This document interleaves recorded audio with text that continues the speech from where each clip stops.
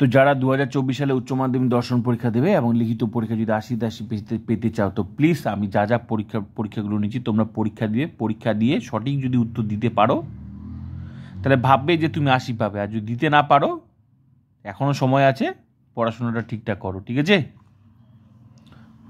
আর আমার স্টুডেন্ট যদি হয়ে থাকো অবশ্যই পরীক্ষা দেবে, আর যদি নাও হয়ে থাকো তো বাড়িতে বসে নিজে এগুলো ট্রাই করে নিজেরা দেখে নেবে যে উত্তরটা তুমি সঠিক পারছো কি না।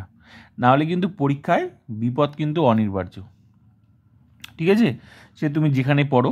আর যদি তোমার ইচ্ছা থাকে তো আমার ফুল ডিজিটাল ফিলোসফির ফুল টিউশনটা প্লে লিস্টে গিয়ে ফুল টিউশনটা তোমরা দেখে নে, প্রত্যেকটা অধ্যায় ধরে তোমরা ক্লাসগুলো করে নাও। 100% বললাম, main class plus extra class.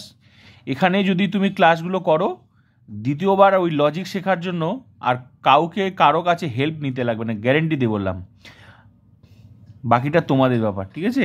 তো পরীক্ষা যারা আমার অফলাইনের স্টুডেন্ট অ্যান্ড অনলাইনের স্টুডেন্ট, তো অফলাইনের স্টুডেন্টরা তো আমার কাছে পরীক্ষা দেবে, আর অনলাইনের স্টুডেন্টরা হচ্ছে কমেন্ট সেকশন তোমরা পরীক্ষা দেবে।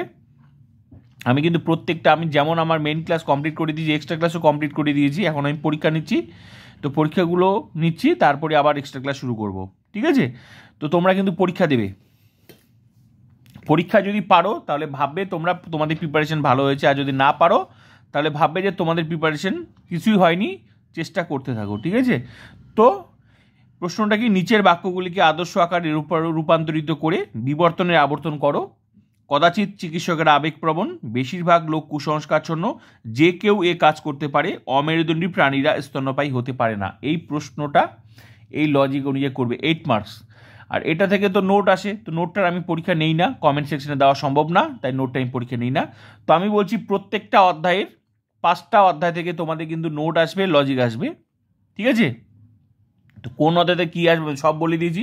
ফুল টিউশনটা তোমরা কিন্তু প্লে লিস্টে গিয়ে দেখে নেবে। আর MCQ ACQ কিন্তু সব লিখে দিয়ে সাজেশন ভিত্তিক এক্সট্রা ক্লাস করিয়েছি, ফুল টিউশনটা করে নেবে, এখনও সময় আছে, পড়ো আর পড়ে পরীক্ষাটা দাও।